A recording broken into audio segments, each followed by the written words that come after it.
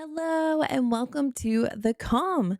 Today I will be diving into my experience with the Silent Hill 2 remake, a game that completely took me by surprise. If you've been around for a while, you'll probably know that horror games are not exactly my comfort zone. I'm not the type to seek out like a spine-chilling atmosphere, ominous soundtrack, or things just lurking in the dark, but every now and then, my community manages to push me outside of that bubble. I'm looking at you, Mako Berries. That said, though, Silent Hill 2 was different. I went into this expecting an eerie, unsettling horror game, but what I got was something far beyond just jump scares. Silent Hill 2 isn't just about fear, it's about grief, guilt, and the haunting depths of the human psyche. The game weaves a story that lingers in your mind long after you've put the controller down and making you reflect on its meaning in a way that you probably never expected. And that's what makes it so special. I think what surprised me the most was just how deeply personal this experience felt. It's one thing to play a game and enjoy the mechanics or admire the world building, but it's another thing entirely when a game reaches into your emotions and forces you to sit with them. And Silent Hill 2 did that. It told a story that was both haunting and heartbreakingly real, and despite not knowing anything about going into it, I found myself completely immersed. My first playthrough is one I am always going to remember. The tension, the atmosphere, the uncertainty of what's lurking around every corner, it all built up to something that wasn't just terrifying, but it was thought provoking. And honestly, I think that's what makes this game stand out from any other scary experience I've ever had, at least. It's not horror for the sake of horror, it's horror that has a purpose. That being said, I do want to acknowledge that Silent Hill 2 does deal with some pretty heavy themes and topics that can be difficult or triggering for some people. And because of that, I will be including trigger warnings when needed in certain sections if I happen to talk about them. So you can skip ahead if needed, because I want this to be a discussion where everyone can engage at their own comfort level. If you enjoy this video, please just make sure to give it a thumbs up, subscribe for more videos if you want more like this, and comment down below if you've played Silent Hill 2 before and what your first experience was like. And with all that in mind, let's get into it.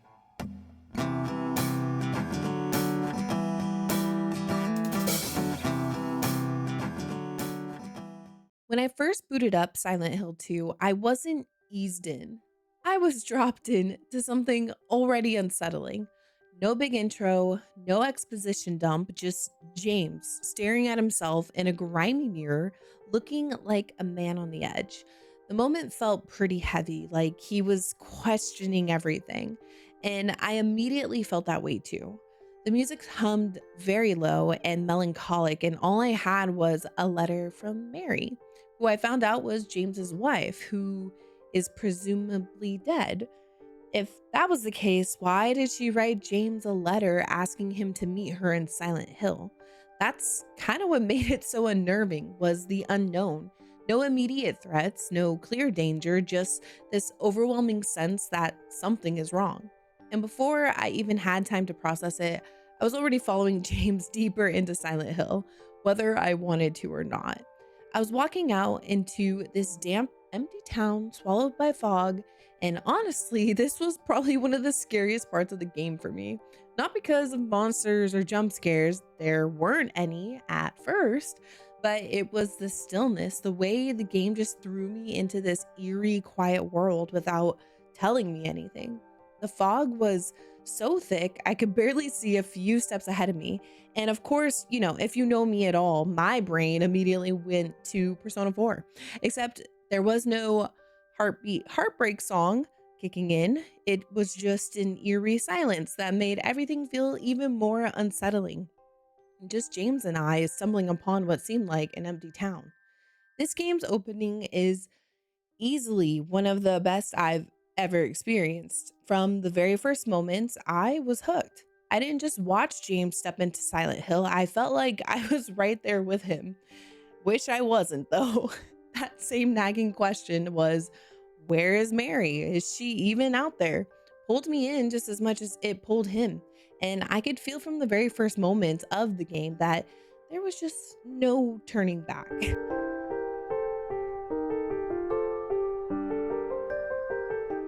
My interpretation, like many others who have talked about Silent Hill 2 before, is that this game is more than just a horror story.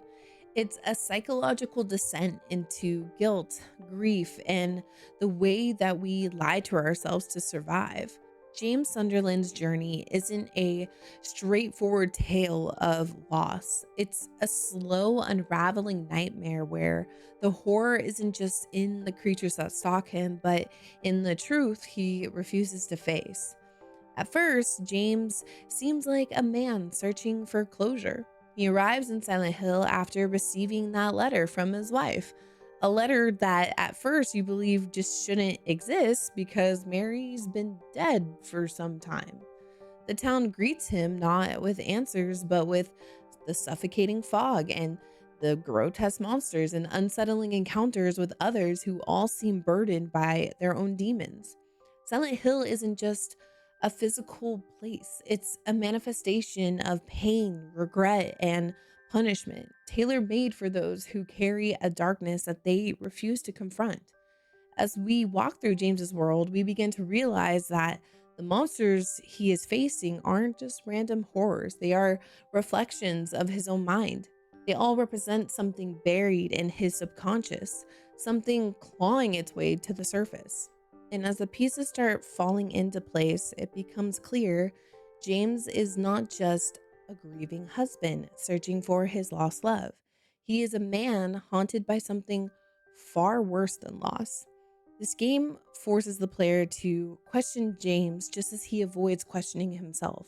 He wants to see himself as a victim of some sort, as someone simply just trying to move forward.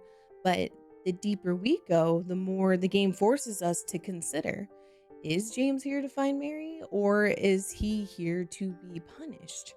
The town's horrors aren't tormenting him at random. They're confronting him with the truth he's tried so hard to suppress. By the time the full weight of James's past is revealed, Silent Hill 2 has already done its job. It's made us experience his denial, his confusion, his gradual realization, and just like James, we have to decide, can we accept the truth or do we keep running from it, hoping the fog is going to swallow it all whole? This game forces us to confront those themes we'd rather ignore, the fears we suppress, the truths we don't want to face, the possibility that we might be the bad guy. It's just not a story that just lays everything in front of you. It's a story that is buried beneath layers of symbolism, unsettling characters, and a world that feels alive in its own eerie and suffocating way. Every detail from the monsters that stalk James to the decaying town itself serves as a reflection of something deeper. It never explicitly lays out the truth.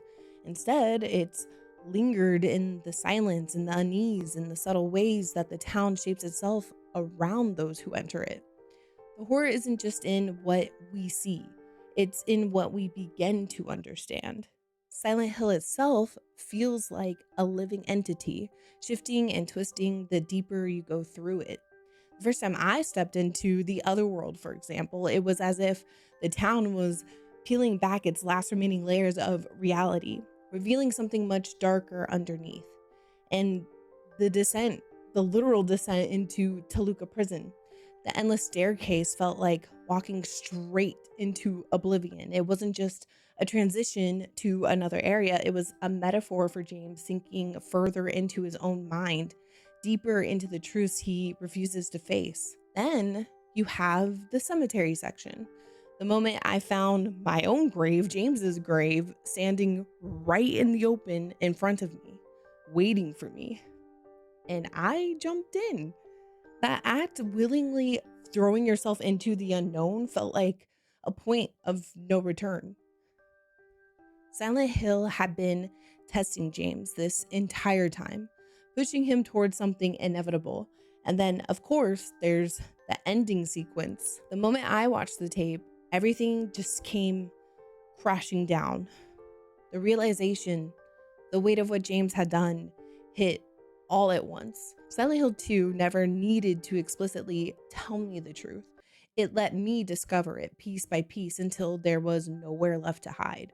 It was the kind of reveal that didn't just shock me, it stayed with me, leaving me to sit with the same horror James had been avoiding all along.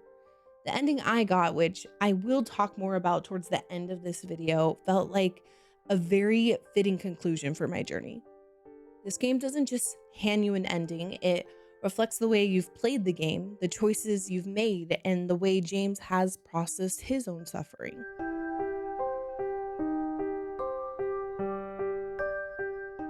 Now, let's talk about the characters of the game. These are the characters that James had met throughout, his time in Silent Hill. For me, character development is one of my favorite aspects of storytelling. It's what usually keeps me pretty hooked. I love getting wrapped up in a story, but more often than not, it's the characters that make me stay. When I start to care about them, their struggles and growth become just as important to me as the story itself. Silent Hill 2 definitely did not hold back in this department. Unlike a typical adventure filled with a lively cast bouncing off of each other, the characters here are few and far between. They barely interact with one another. Most of their connections are tethered solely to James, and yet they each play a crucial role. At first, I saw them as obstacles, almost like different walls James had to break through on his way through Silent Hill, but they clearly had their own burdens. But as I ventured deeper into the town, I started to see something more. Each character wasn't just dealing with their own ghosts, they were also reflections of James in particular ways, peeling away his layers until we could finally see the man he really is by the end of the game. Now, I would like to take a closer look at some of these specific characters and their stories, their struggles, and how they don't just shape their own paths, but also influence James's journey. A lot of people have already analyzed Silent Hill 2 in depth, but these are just my personal thoughts from my first playthrough, how each character kind of came across to me in the moment and how their story unfolded through my eyes. This section of the video can possibly be lengthy, so bear with me. There's just a lot to say, and I'm not even talking about every single little thing. But in no particular order, let's start with Eddie.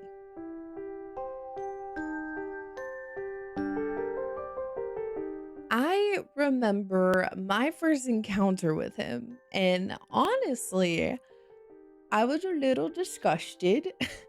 Can you blame me? He was like hunched over this like extremely filthy toilet, throwing up everywhere. And the second we stepped into that bathroom, the place just looked downright horrid. But, right away, Eddie was on the defensive. He swore he hadn't killed anyone, and he looked genuinely scared for his own life. James, on the other hand, immediately took on that role of the calm and understanding one. He tried to de escalate the situation, reassuring Eddie and even warning him to leave Silent Hill for his own safety. Of course, this wouldn't be the last time we see Eddie, just like many other characters that I will be talking about later, but the next time we run into him, it's at a movie theater. James approaches only to find Eddie still lingering in Silent Hill despite the warning. James even makes a casual remark about how Eddie seems to have gotten his appetite back. Well, at least you got your appetite back. And I remember the instant shift in Eddie's expression.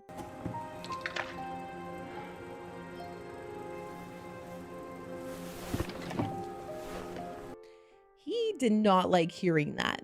That moment really stuck with me. When James realizes Laura is also in the theater and wants to go looking for her, he asks Eddie if he would come along. And that's when I felt it. Eddie's frustration, his resentment. It was as if in that moment in particular, he saw right through James. People never really want to be around him, but the second it's convenient for them, they suddenly act like he matters. Eddie is lonely, and maybe he always has been. Later, we meet him again, this time in a freezer. There's a dead man slumped on a table, and Eddie is just sitting there with the gun. When James questions him about what happened, Eddie plays dumb.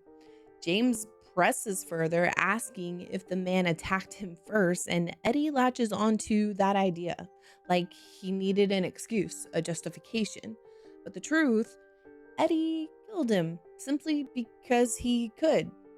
The scene made me realize just how much Eddie had been pushed, bullied to the point where, in his mind, there was just no coming back. Anyone who looked at him the wrong way, anyone who questioned even slightly, was now an enemy. And yet, after all that, he tries to laugh it off, saying it was just a joke, that the guy was already dead when he got there. Personally, I don't believe him, but then comes the final confrontation. Eddie has had enough. Enough of being laughed at, enough of being looked down on, and now he's even ready to turn on to James because deep down, Eddie understands why he was called to Silent Hill, and in that realization, he sees James for what he really is too. You need help, Eddie. Don't get all holy on me, James. This town called you too. You and me are the same. We're not like other people, don't you know that? Well, you're about to find out. Eddie, in a way, became a living symbol of James's own struggle, his resentment, his refusal to take accountability.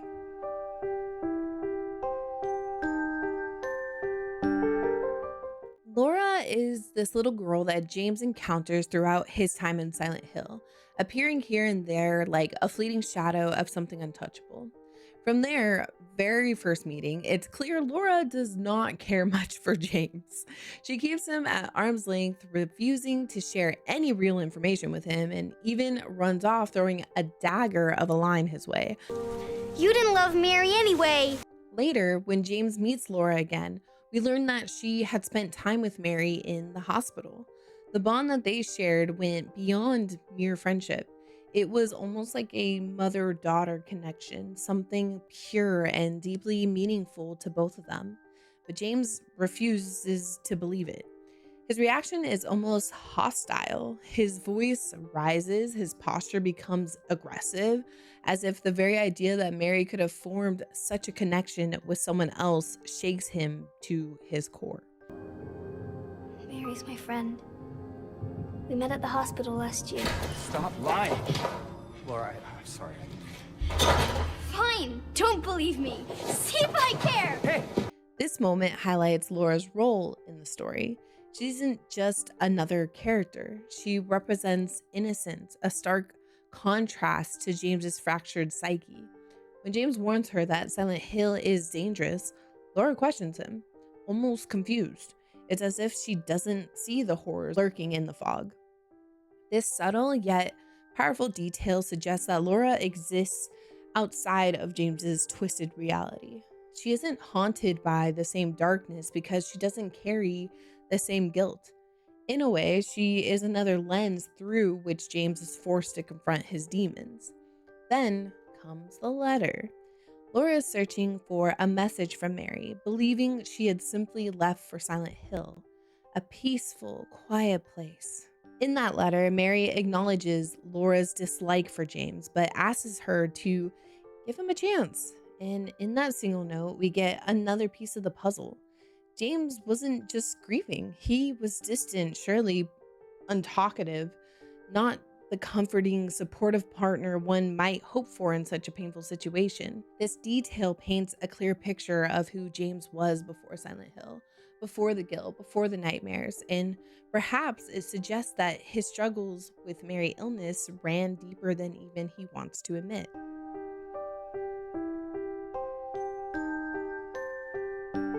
Let's talk about Maria. She is such a fascinating character to me. This force of confusion and temptation that completely throws James off balance. From the moment we meet her in Rosewater Park, the tension is immediate. James calls out, thinking, hoping it might be Mary. But when Maria turns around, that hope completely shatters.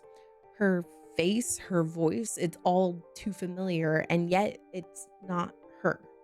I remember feeling instantly uneasy at this moment. The way Maria spoke to James, how she reached out to him with this casual intimacy, it just felt off. My first thought was, oh my God, did James cheat on his wife? But then confusion set in. James wasn't exactly falling over himself to get close to her. His body language was hesitant, almost uncomfortable, like he was torn between curiosity and the urge to pull away. Then Maria tells James she knows a special place, somewhere meant for lovers. And since James can't seem to remember where his special place with Mary was, he follows her. That place was Heaven's Night, a strip club. The moment they stepped inside, Maria flips on the lights, and for a second, it looks like she's about to put on a show for him. But she stops. Maybe she was just teasing. Either way, James is visibly uncomfortable. And this is where Maria's manipulation really starts to stand out. From the second the two of them met, James was ready to walk away, but Maria keeps pulling him back in. She plays on his emotions, making him feel guilty for even considering leaving her behind. She does it again here. Just as James looks ready to go, she stops him, saying she's scared, that she just wanted to escape even for a moment, and that she meant no harm. This scene is honestly wild to me. The way it's shot, the subtle movements and James's expression, it all says so much without a single word. I especially remember the camera lingering on his hands, resting on the bar, right after Maria offers him a drink. It's such a small detail, but it matters. It's like a visual cue that James is teetering on the edge, unsure if he should give in.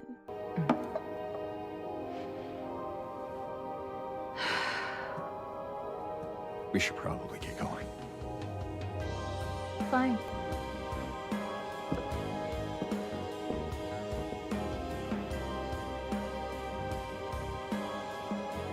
Ready when you are. Then the camera shifts back to his face, and you can see the uncertainty in his eyes, the way they dart back and forth, the hesitation in his gaze as he stares at the drink in front of him.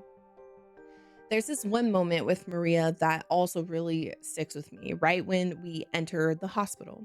After pushing through all of those puzzles and navigating creepy halls, we start to notice Maria isn't looking too good. She asks us to rest in a room, and as we settle in, it hits me how much this moment mirrors something deeper, something I wasn't really expecting. Maria, in this instant, starts acting a lot like Mary. She begins to feel sick, just like Mary did before. And what really stuck with me is how quickly Maria becomes apologetic, as if it's her fault. James, though, doesn't quite know how to handle it. He's a bit distant, answering her questions with short responses.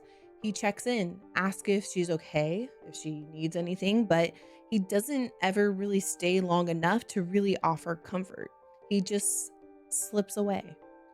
But then comes a moment of raw vulnerability. Maria's fear takes over as she nearly gets killed, and she screams at James, begging him to stay, to not leave her behind. She begs him, gripping onto him tightly in that desperate emotional hold, and James freezes. His words falter. He pulls back, unsure how to deal with it all. And you can feel the tension in the air, the unspoken truths hanging between them. Later, we see Maria behind jail bars, although just moments before it looked like Pyramid Head had killed her. Yet there she is, right in front of James.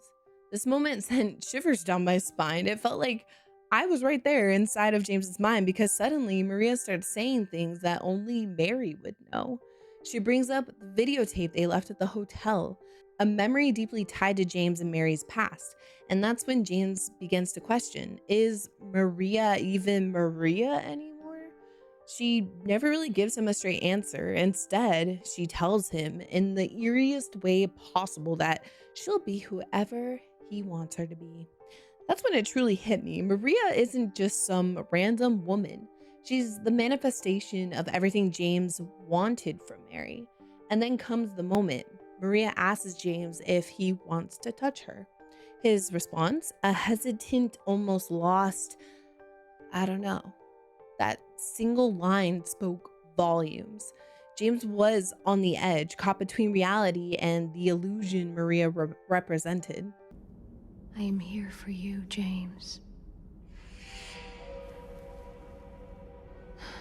See? I'm real. Don't you want to touch me?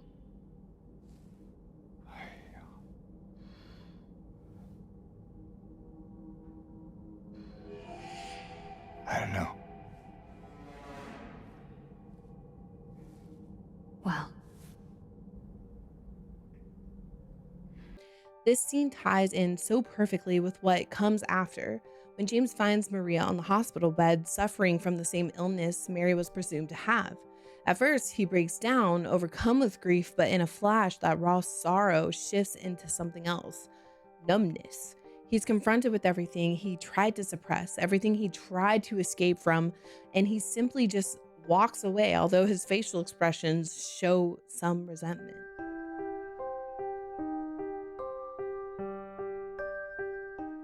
Now, I kept Angela for last because her story deals with pretty heavy topics. This is where I will be putting a trigger warning for anyone who would like to skip this portion of the video.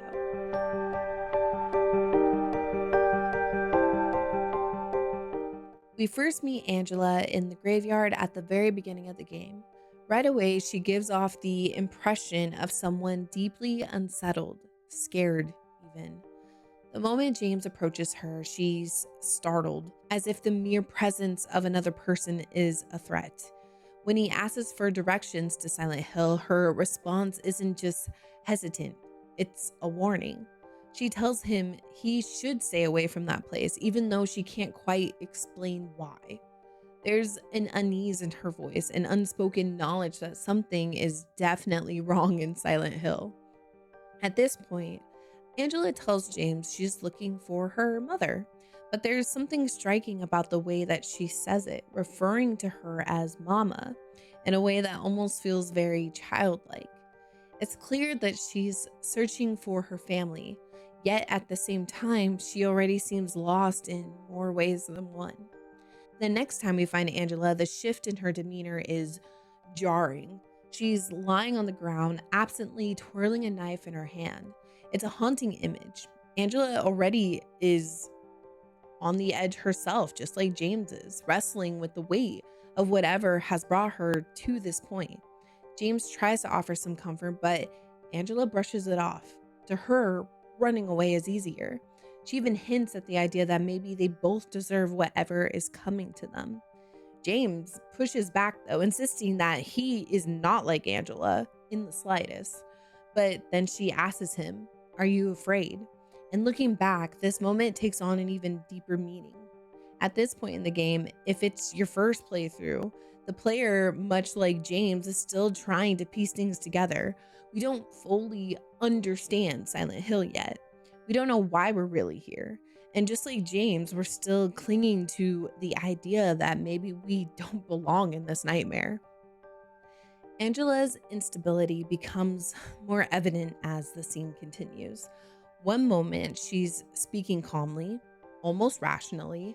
The next, she spirals, panic creeping into her voice, apologizing over and over as if she's done something terribly wrong. And then a chilling moment. She begs James not to hurt her. Her words are cut off, but the implication is clear. She's trapped in a cycle of fear, one that has shaped her entire existence. Will you hold it for me? Sure. No problem. If I kept it, I'm not sure what I might do. No! I'm sorry! I've been bad! Please don't!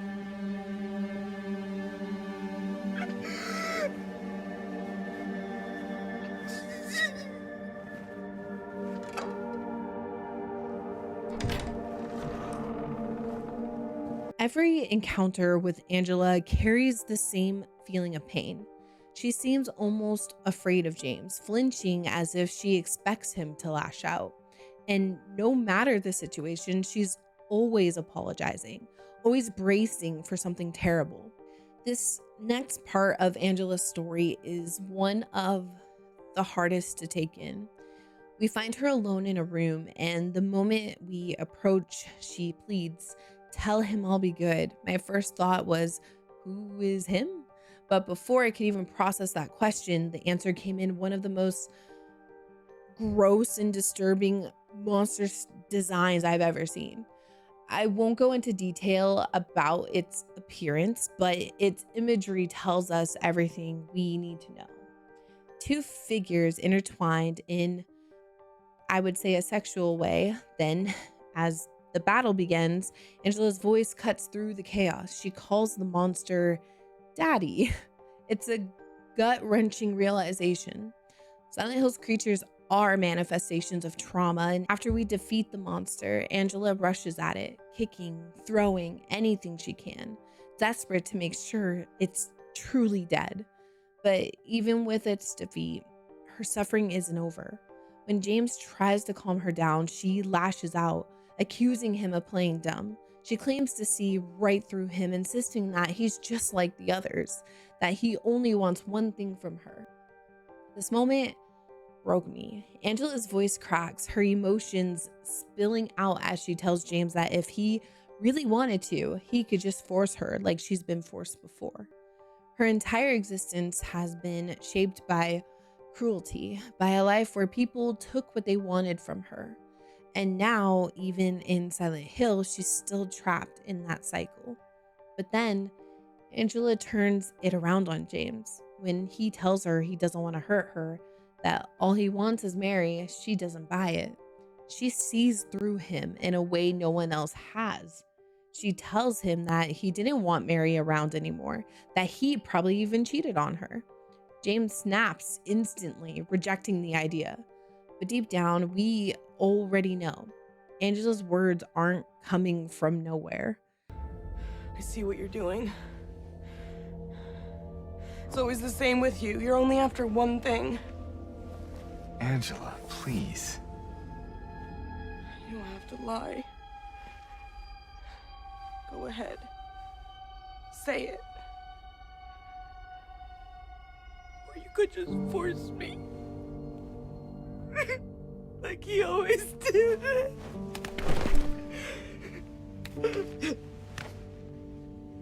You disgusting pig. I hate you. I hate you.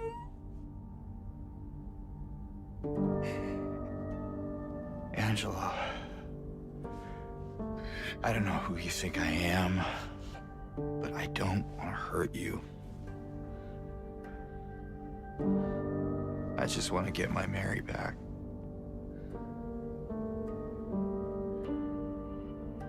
You're Mary. Your own little Mary. At least she was. For a while. What? Admit it. You didn't want her around anymore.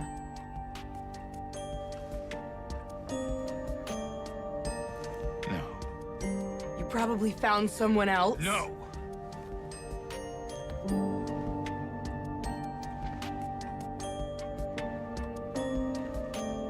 I need to find my mama. Then we see her for the last time in a burning building, engulfed in flames. And it's here that the truth about her past becomes undeniable. Angela killed her family. A mother who told her she deserved what happened to her, a lifetime of abuse, physical and sexual, with no one to protect her. Her version of Silent Hill is a never-ending fire and all-consuming reflection of the hell she's always lived in. And the most heartbreaking part, she doesn't believe there's any way out. Even after escaping her abusers, she's still drowning in the pain, the guilt, the unbearable question of whether she even deserves to live. Angela's story isn't just tragic, it's devastating in a way that lingers long after the game ends. It's a raw and painful look at suffering, at trauma that leaves scars way too deep to heal. And as she disappears into the flames, we are left knowing that for Angela, there's just never going to be a way out. I want it to be known once again that there are countless videos and discussions analyzing the main characters of Silent Hill 2, diving deep into the lore, interpretations, and the intricate details hidden throughout the game. With so many perspectives out there, it's incredible how much depth each character honestly holds. I try my best to focus on what stood out to me the most and how each character left a lasting impression and shaped my experience with the game, but I do highly recommend giving this game a try yourself and even looking up lore dumps that others have put onto this platform.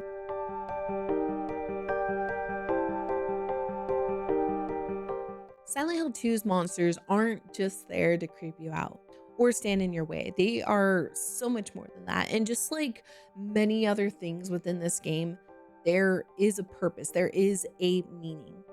It's not something you can just run through without stopping to think.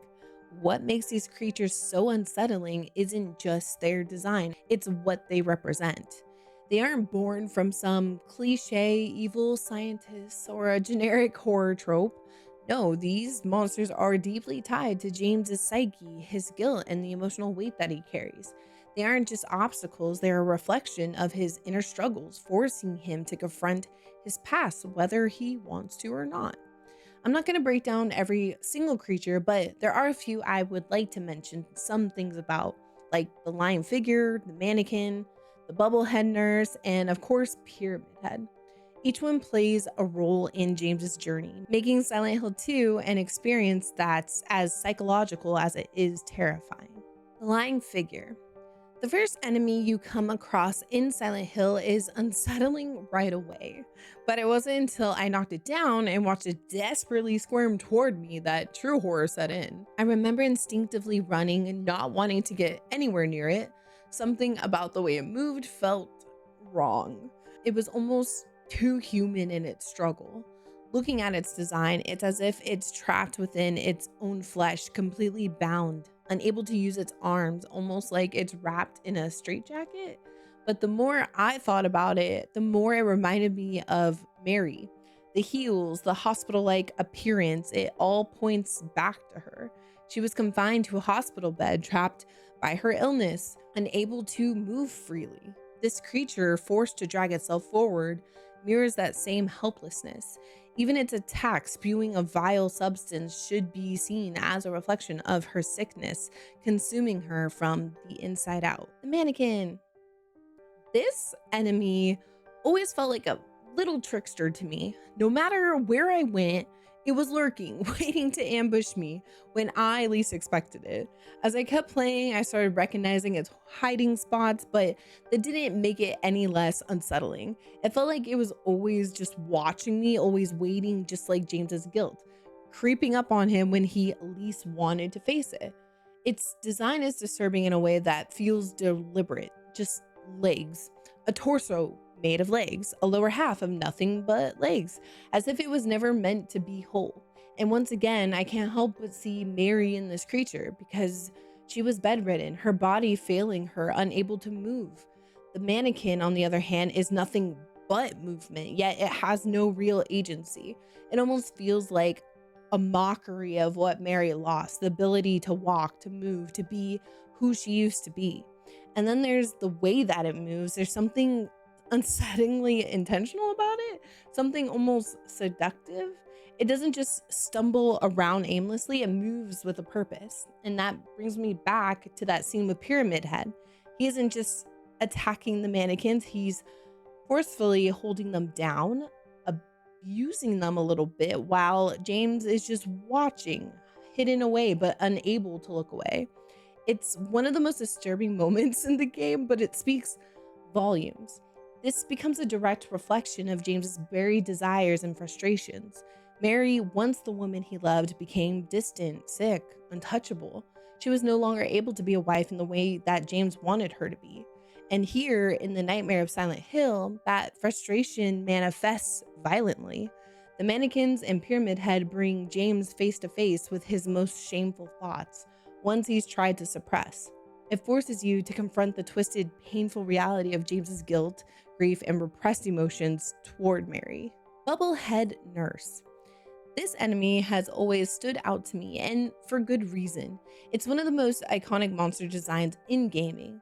I remember the first time I saw it, the way it would suddenly spasm and twitch toward me, and it immediately made my skin crawl. But the more I thought about it, the more I realized just how much meaning is packed into its design. Like all of these other creatures we've already talked about, this one also reminds me of Mary. Medical ties are obvious.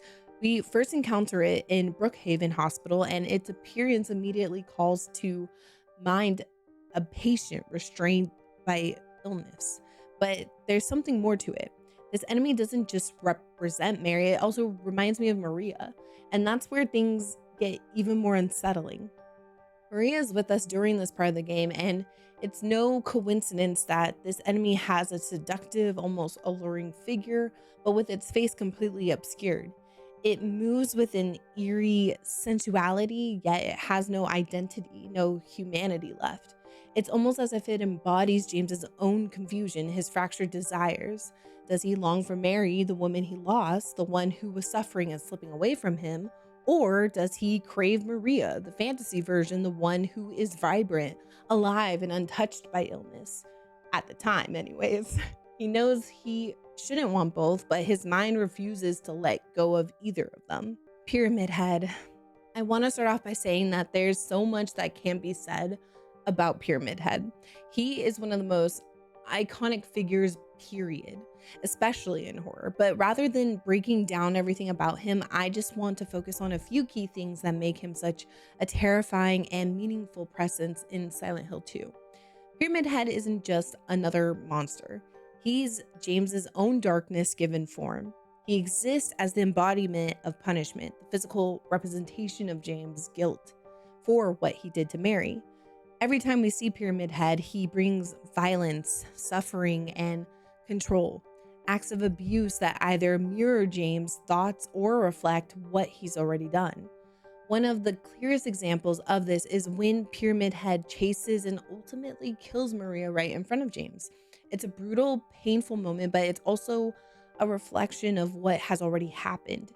James taking Mary's life. Yeah, Silent Hill forces him to relive his guilt over and over again, never letting him escape the truth. But Pyramid Head isn't just a tormentor, he's also a test. He pushes James to confront everything he's been suppressing, to face the reality of what he's done. Silent Hill won't let James move forward until he accepts his guilt, his past, and the choices that brought him here. Pyramid Head is a nightmare made real, but he's also the key to James's reckoning.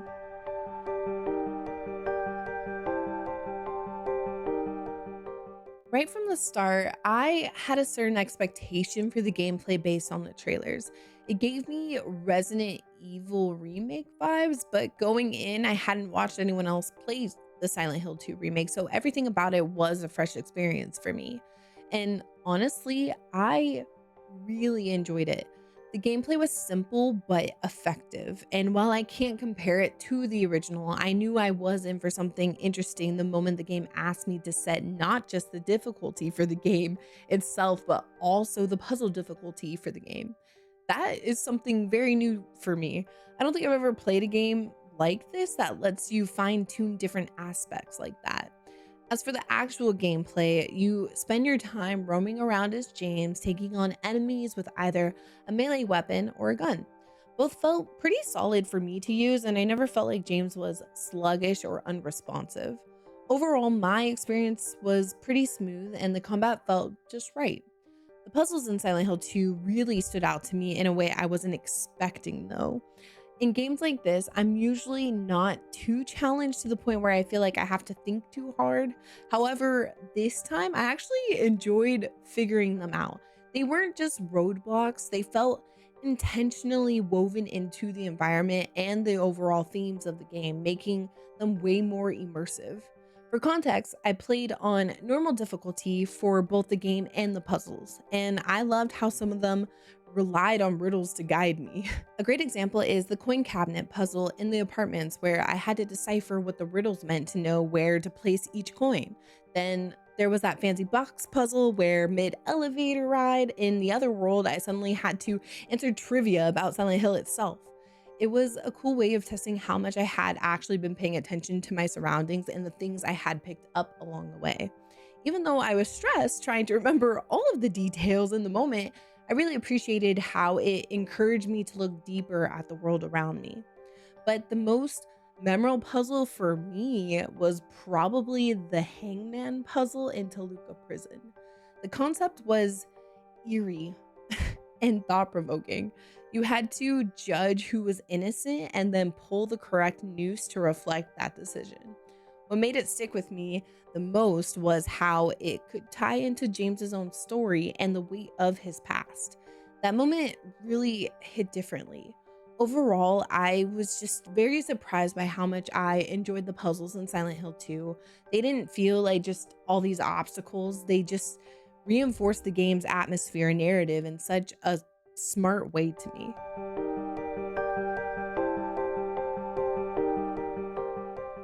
Now, onto one of the absolute best parts of Silent Hill 2, in my opinion, the sound and the music. In a game like this, audio is everything. It pulls you into its world, makes you feel the horror James is experiencing, and in some ways, even lets you step into his shoes. And Silent Hill 2 absolutely nails this. I still can't wrap my head around how this game didn't win Best Audio Design at the 2024 Game Awards. It deserved that recognition, at least in my opinion, but the way it uses sound to build atmosphere is phenomenal. Just walking around, you're constantly surrounded by this eerie emptiness, yet you know something is lurking out there waiting for you. The distant noises of enemies through the fog, the sudden crackle of the radio when danger is near, it all creates this unbearable tension that keeps you on the edge the entire time. And then there's the OST. The music in this game isn't just background noise, it's crafted to fit the story perfectly. I know I'm not alone in saying this, but the soundtrack truly tugs at your heartstrings. Tracks like White Noise, The Promise Reprise, and Forest give me chills. They all have this haunting beauty to them, making you feel something deeper as you play. But what really gets me is how the music enhances the emotional weight of every moment. As the story unfolds, the dark, somber melodies sink in, making certain scenes hit even harder than I expected.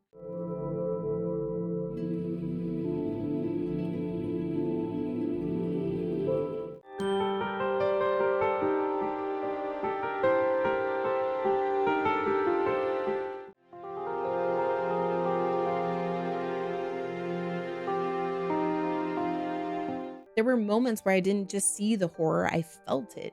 The soundtrack didn't just accompany the game, it became a part of its emotional core, pulling emotions out of me that I never expected to have while playing. Honestly, Silent Hill 2 doesn't just use sound and music, it masters it, in my opinion.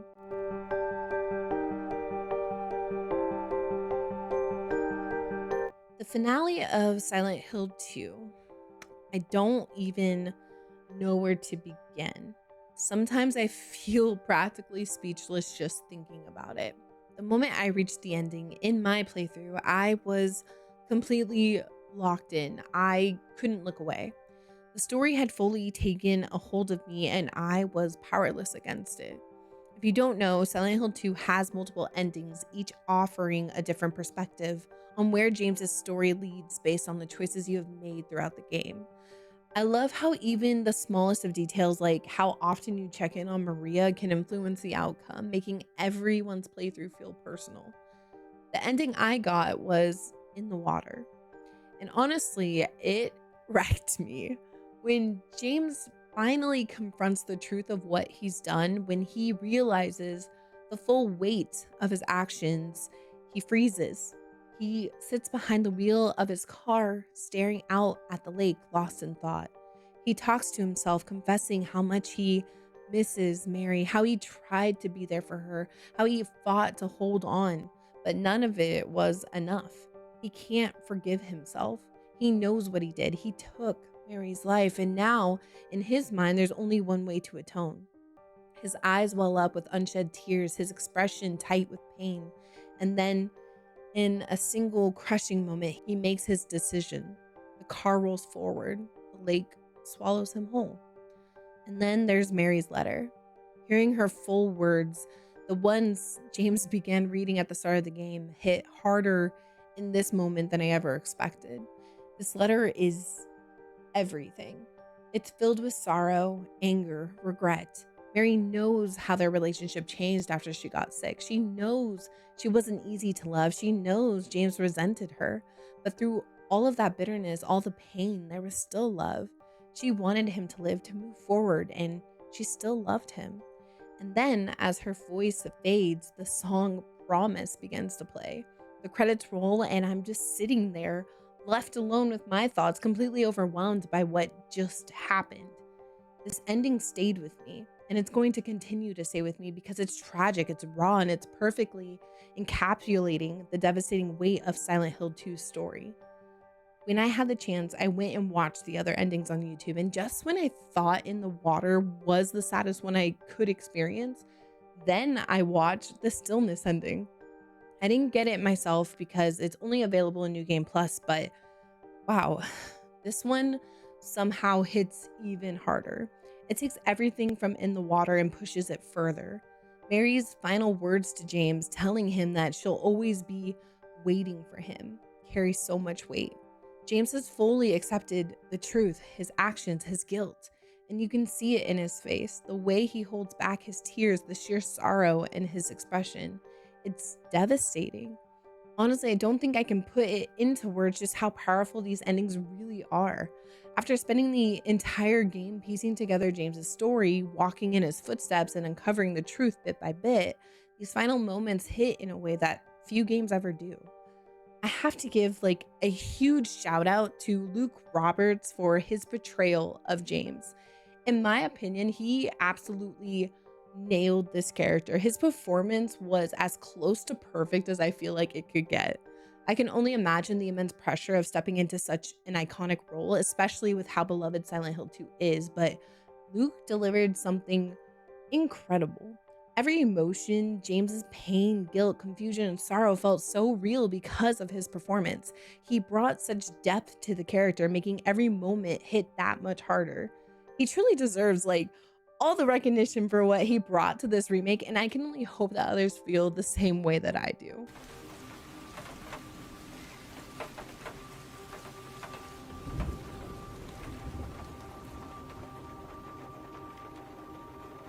I miss you so much.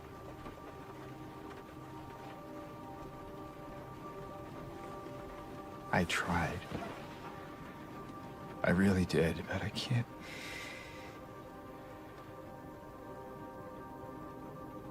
I just can't go on without you. I can't forgive myself for what I've done.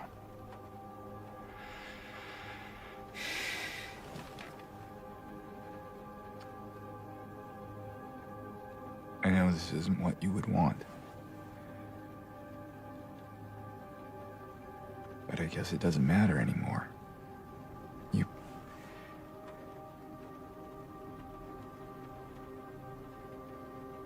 You're not here. Are you?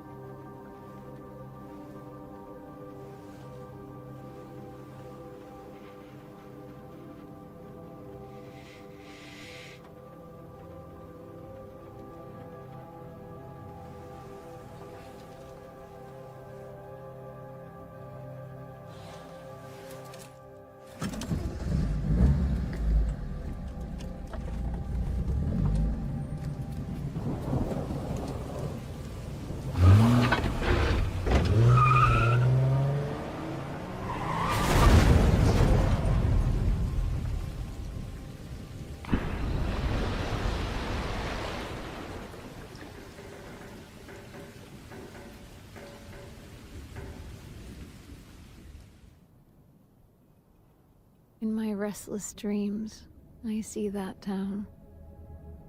Silent Hill. You promised you'd take me there again someday. But you never did. Well, I'm alone there now. In our special place. Waiting for you to come and see me. But you never do. So, I wait. Wrapped in my cocoon of pain and loneliness. I know, I've done a terrible thing to you. I wish I could change that, but I can't. I feel so pathetic and ugly laying here. Every day I stare up at the cracks in the ceiling, and all I can think about is how unfair it is. The doctor came today. Told me I could go home for a short stay. It's not that I'm getting better. It's just that this could be my last chance. Even so, I'm glad to be coming home. I missed you so much. But I'm afraid, James. I'm afraid you don't really want me to come home. Every time you come to see me, I can tell how hard it is on you. I don't know if you hate me or pity me. Maybe I just disgust you. I'm so sorry. When I first learned I was gonna die, I couldn't accept it. I was so angry. I struck out at everyone I loved. Especially you. And that's why I understand if you hate me. But I want you to know, I will always love you. Even though our life together had to end like this, I still wouldn't trade it for the world.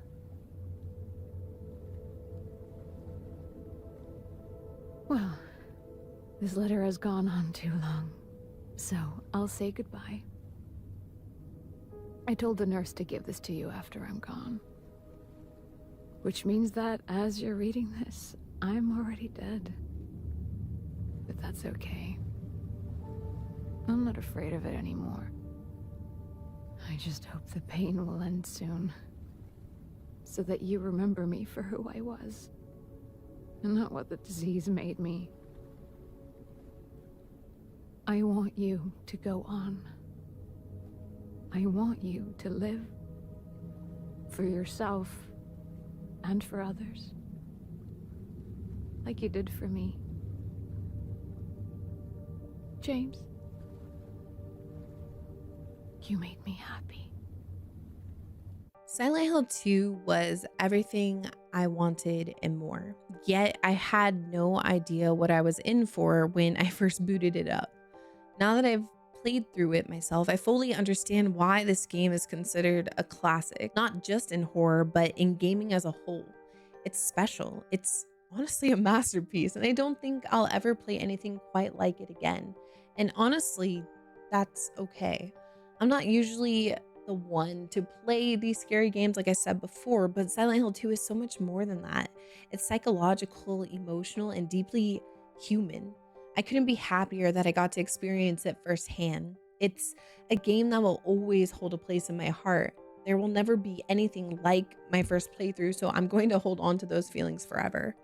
I highly recommend that people give this game a shot, even if you think it might be too scary, because the real horror of Silent Hill 2 isn't just the monsters or that fog covered town, it's the story. The reality of it, what James does to Mary is horrific, and nothing can justify that. But somehow I understand him, his pain, his grief, his guilt. They feel real. That's what makes this game terrifying, not just the creatures lurking in the dark, but the idea that someone somewhere has felt what James feels, that people have been in similar situations, have had similar thoughts, that this kind of horror exists in the real world, and Silent Hill 2 was able to tell that story and show that perspective.